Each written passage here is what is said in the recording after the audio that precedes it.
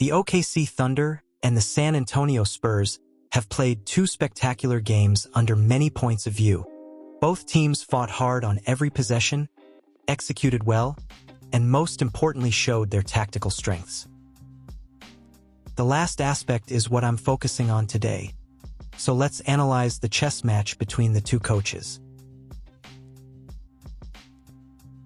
Before getting to the video breakdown, let me start with a couple of images to understand the defensive matchups at the beginning of Game 1. For OKC, Dort was on Harper, and he'll be on Fox once he's back. SGA guarded Vassell to not waste too much energy on defense. Chet took Champagnie, since the wing doesn't attack much off the dribble. Then Hartenstein was on Castle, knowing he's the least reliable shooter on the Spurs lineup and hoping the German center could help on Wemby. And lastly, Jalen Williams on Wembanyama, and as much as I didn't agree with this choice, I can understand the reason why this happened. Daigneault probably tried a defensive strategy similar to the one that worked against Jokic, and Caruso on Wemby later will confirm it. But the Serbian and the French centers are completely different players. While the Spurs were a little bit more traditional in their matchups. Castle guarded Shai, as expected since the preview of this series. Vassell stayed on Holmgren since the power forward is the least physical Thunder player in the starting lineup. Harper on J-Dub is logical because of the guard's defensive skills. Champagnie on Dort to contest his high-arcing shots. And Wemby on Hartenstein to roam off the only non-shooter in the Thunder lineup. Let's start with the first problem spotted in the first minutes of the game. The consequences of Hartenstein's presence on the court. He's not a three-point shooter, so Wemby can guard him deep in the paint while protecting the rim from possible drives. And recover quickly on the perimeter when the handoff receiver is a shooter. And in the same play we can also see how SGA is guarded. So with aggressive switches if the screener isn't Wemby's defensive assignment. Then, if he beats his defender off the dribble, the nearest defender is ready to stunt on him, while there's Wemby under the basket to avoid paint attempts.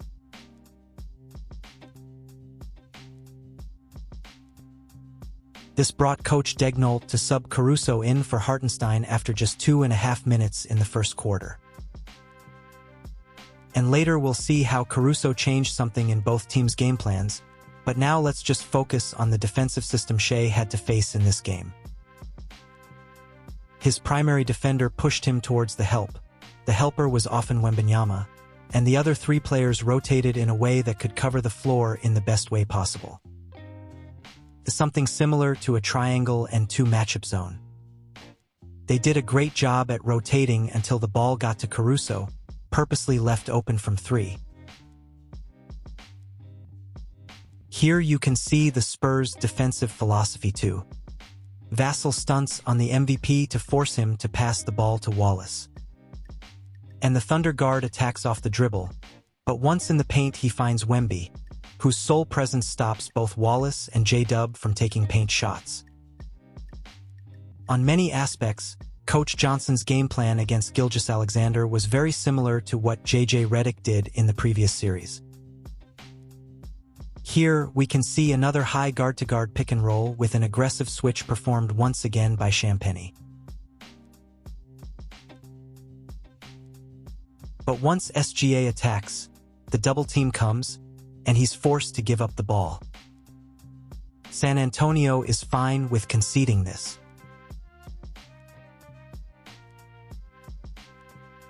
Here it's particularly evident. Shai was pushed to the sideline against another defender ready to close his driving lane.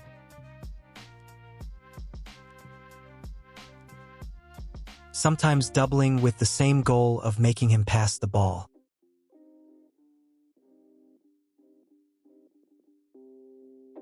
The Spurs were even icing some side pick-and-rolls to execute their defensive strategy.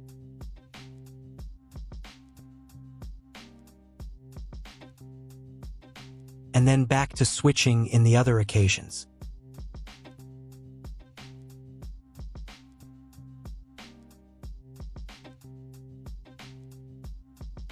So after the first 2.5 minutes of the game, OKC played with only one big man at a time, with Wemby guarded by either Jalen Williams or Caruso.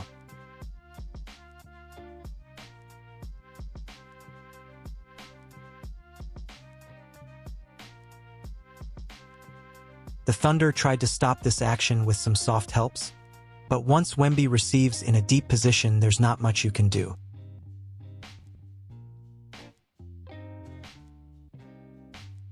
Some credit should also be given to Wemby's teammates who spaced the floor correctly.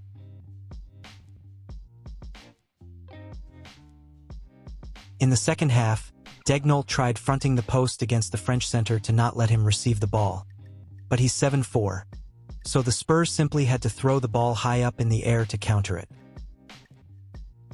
And the other way Coach Johnson utilized to exploit Wemby's height advantage was to simply make him roll to the basket. No smaller player could potentially stop someone like him after a running start like the one the roll gives him.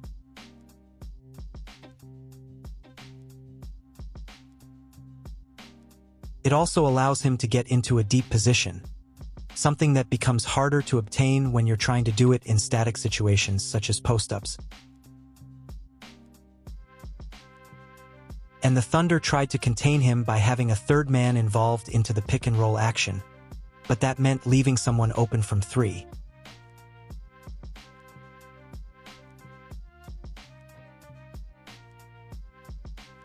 Same here, with Mitchell as the low man tagging Wemby, and Keldon Johnson open from three again.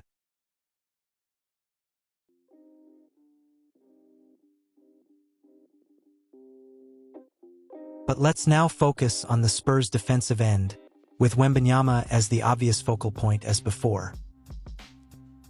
Here, Shai utilized Holmgren's screen to operate on an empty side of the court, trying to stay away from the Spurs center. But Wemby roamed, and he helped in the paint to take away any rim attempt. That's why Shai had to settle for a pull-up shot.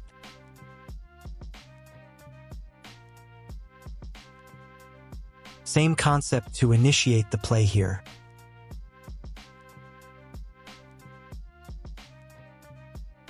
The French big man closed the driving lane again, but this time the Thunder guard passed the ball out.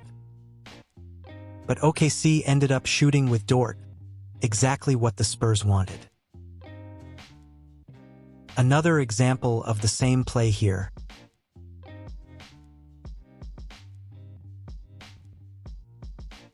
With the same defensive response triggered. And the same result for the Thunder. So Coach Daigneault tried to set high pick-and-pops with Wembanyama's defensive assignment.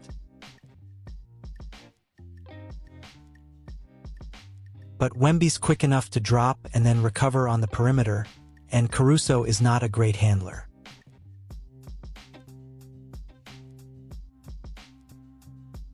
Caruso setting a high screen again.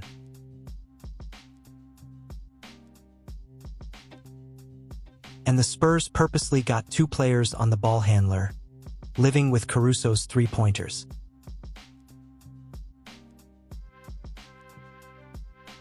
So OKC even tried to play without Caruso, Dort, and Hartenstein to keep Wemby on a man-to-man classic coverage. Instead, the former first pick simply roamed off the corner player.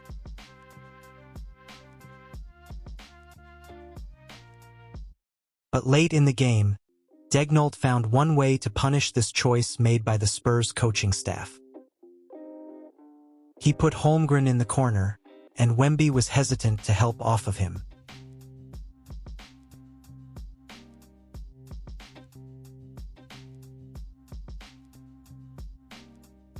And that was a major adjustment to bring the game to overtime.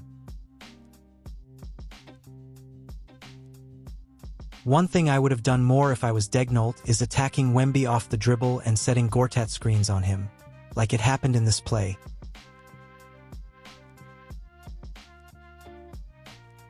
But Wembanyama's importance was also highlighted by Kornet's struggles.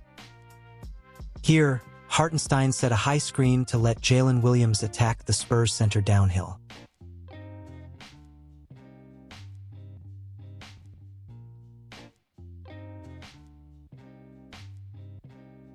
Here again, Kornet is attacked since he's considered a weak rim protector.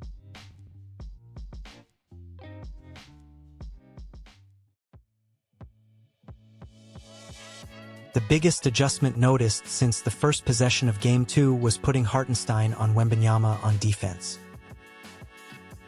This decision was taken to take Wemby's help away from SGA.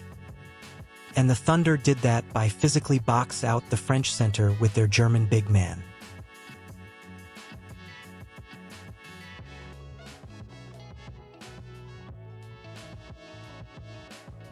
Same thing here, with Hartenstein removing Wembanyama from his helping position.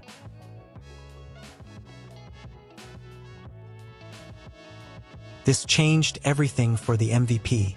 In fact, he went from shooting 30% in Game 1 to 50% in Game 2, with basically the same amount of shots. But this matchup also had effects on the other end of the court.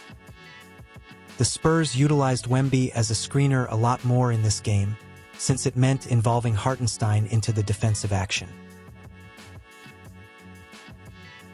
And with Wemby rolling to the basket, the low man needed to rotate, leaving the corner shooter open.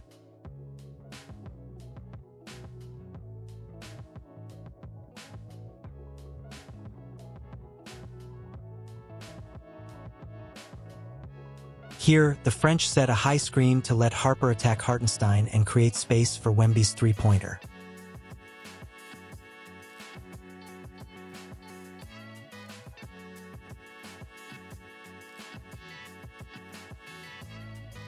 This high screen was set to let Harper attack Hart downhill.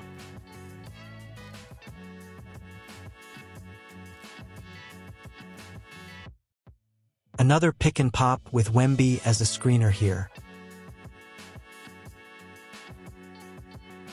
This created this 2 versus 1 situation, easy to capitalize on.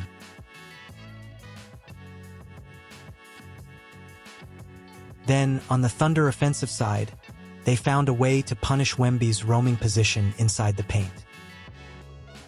They either executed baseline cuts like in this play,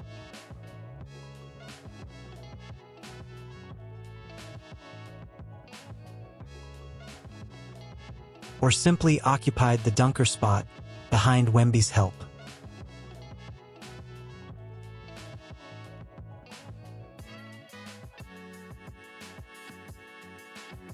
Here, the defense had to worry about Holmgren's possible dunk, so there's space for McCain in the corner. But things didn't get better with Kornet instead of Wembanyama. They got worse, as usual. In this play, Kornet should have roamed in the paint and helped on every shot attempt near the rim, but he didn't even try to contest Shai's shot.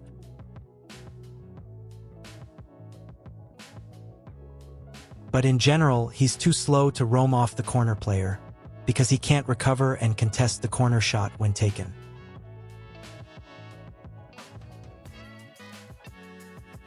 Lastly, let's talk about one easy yet effective way Daigneault found to punish the Spurs' early doubles on Gilgeous-Alxander, something that bothered the MVP during all Game 1. The solution was pretty intuitive. As the Thunder coach placed a shooter like McCain one pass away from SGA.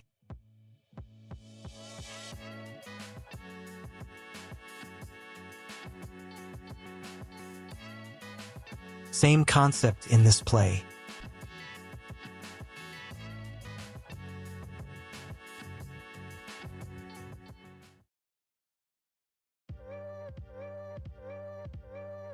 In Game 3, San Antonio played very bad and couldn't respond to any adjustment made by OKC. The Thunder kept countering the big men's roam with baseline cuts, something that became very evident in this game.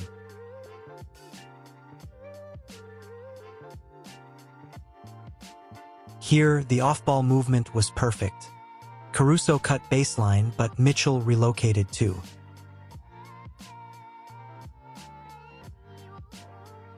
This way, the 5-out spacing was configured for OKC, and the baseline cutter was open again.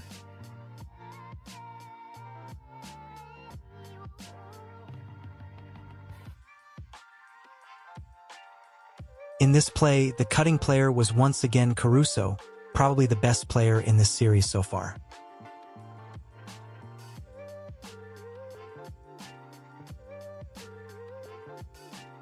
The reason why this worked is easy and clear in this play. Wemby couldn't help on the drive and guard Chet at the same time, so the baseline cut was the correct option. But the two main sources of offense for the Thunder were SGA and Hartenstein, both combined and separated. Their two-man actions were almost unstoppable for San Antonio.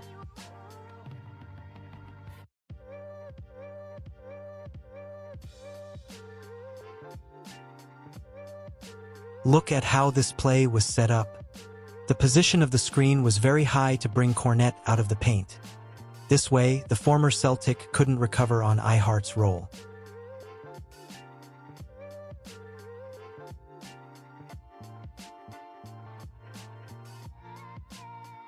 This is another example of how effective the pick and roll between these two players was. Champagnie stepped into the action to avoid the same results as before, but Caruso correctly relocated to the corner.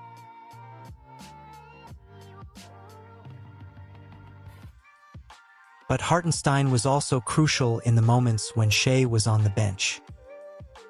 Here, OKC involved both sides of the floor in the play with a stagger screen on the left and a possible handoff on the right.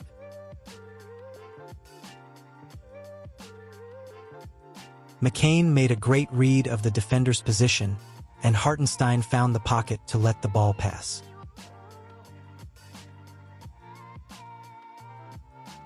Look at all the possible options for OKC when Ihart handled the ball. First, Caruso set a screen for Joe. Then, a fake handoff followed by a real one. And lastly, a brilliant read made by both McCain and Hartenstein, with them playing an effective give-and-go to not let Kornet stand inside the paint.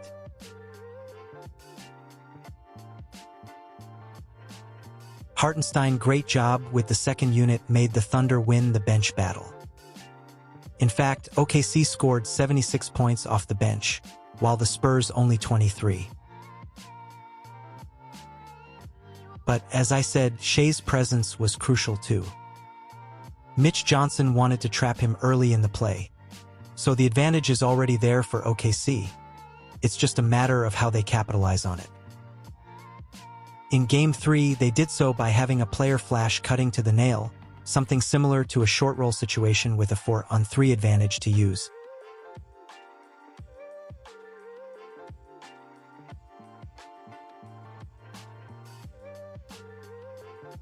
Here, Caruso was the flash cutting player again, the one who put the defense into the blender.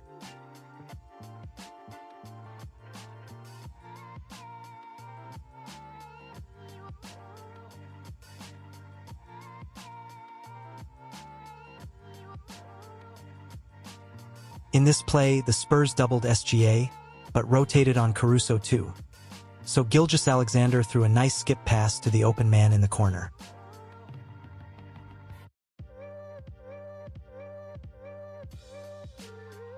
I honestly don't know why the Spurs stopped giving the ball to Wemby on post-ups after Game 1, but in Game 3 this happened only in a couple situations late in the game, when things were almost already decided.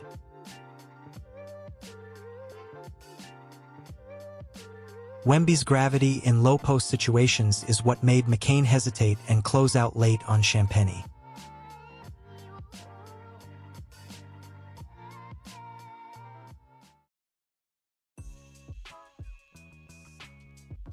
In Game 4, the biggest adjustment the Spurs did was playing with much more intensity and discipline. Tactic-wise, there are still some things to say, though, like the fact that they pushed the pace as much as possible during this game. In fact, as soon as the defensive rebound was grabbed, multiple Spurs players were already running towards the opposite end of the floor.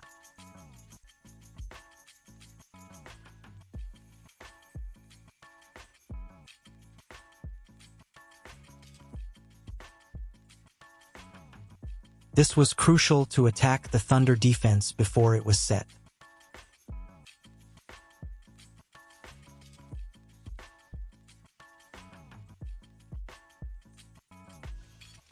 If we look at the series stats from Game 1 to Game 4, San Antonio scored, on average, 4.6 more points per 100 possessions in transition than the average NBA team. Then, on broken plays, instead of isolating with their guards, the Spurs played some ISO with Wemby, something more effective.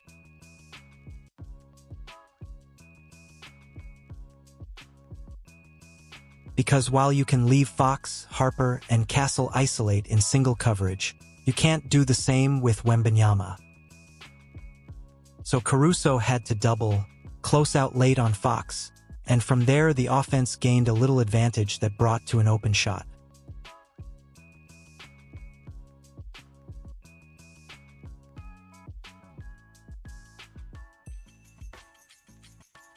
And something that I would have personally used more are Wemby's off-ball screens. He has some remarkable gravity, something that could be utilized to open some space for the shooters.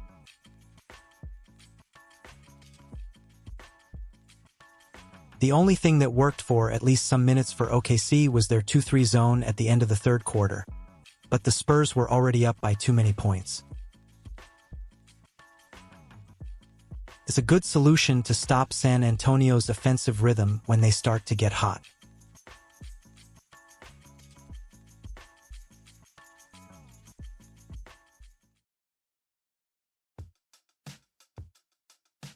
At this point of the series, with 2 games won by each side, most of the tactical moves have been done and already explained, while the things that mattered the most were intensity, discipline, execution, 3-point percentages, in-game reads, and other factors that go beyond the tactical analysis. I won't repeat the things I've already said because the video would be long and repetitive, but the things mentioned for the previous games were still there in these games.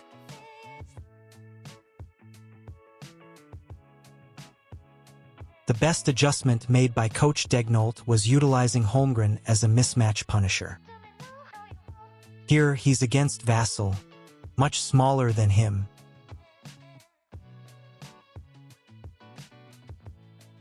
But the result was identical against the other Spurs wing, Julian Champagnie.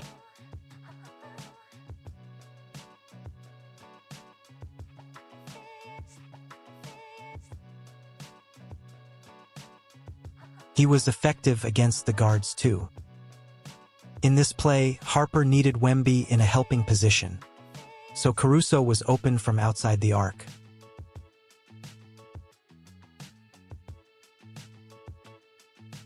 And the mismatches were exploited in rebounding situations too.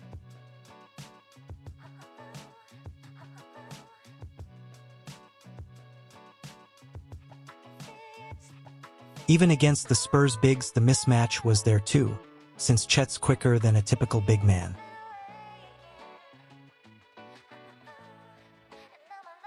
In addition to that, Holmgren roamed off the opposing player in the corner, something similar to what Wemby did in this series.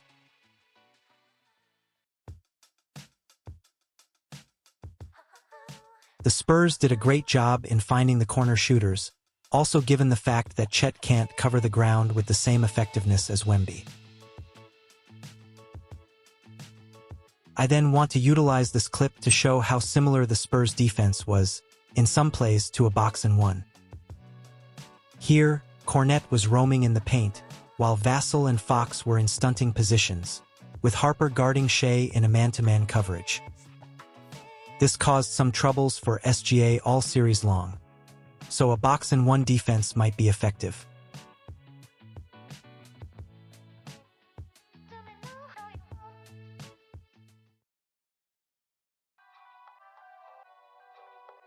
The tactical moves of Game 6 were already explained earlier, so I'll focus on what worked and what I'd personally do more in Game 7 if I was a coach.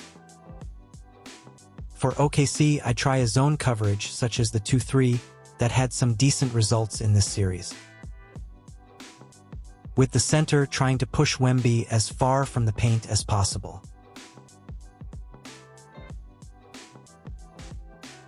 And a defender near the action ready to help.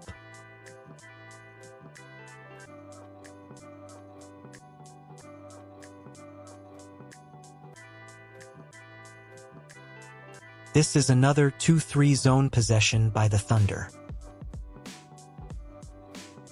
And without Dort's big mistake, the Spurs would have not found a good shot again.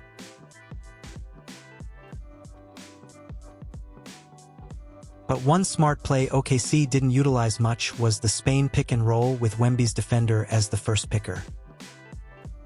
This way, Wemby has a screen on his back to overcome before he can reach the paint. So the low man has to help and Hartenstein can find the open shooter.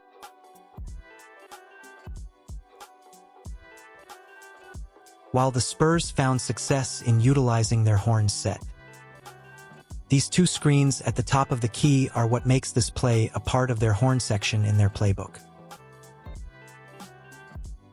It works because J. Will has to contain the drive, Shai has to stop the roll, and Wallace has to press the ball handler up. So Vassell is open.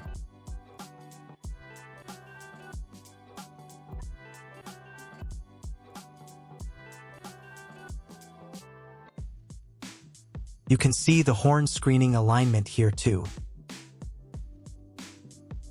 This time, the top of the key shooter is guarded, but the low man needed to help on the roll, meaning that Barnes is open in the corner.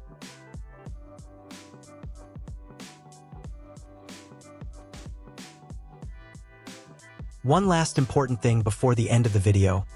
I just want to remind you to check the video description in the useful links section to find extra basketball content in my Patreon page, my Instagram page, my exclusive course on how to level up as a basketball player, and more. Then if you want to support this project, you can also positively interact with this video with a like, a comment, some hype points, or by subscribing to this channel and turning on the notification bell.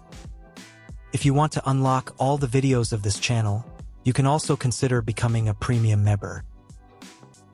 Thank you for your support, thank you for watching, and see you in the next video.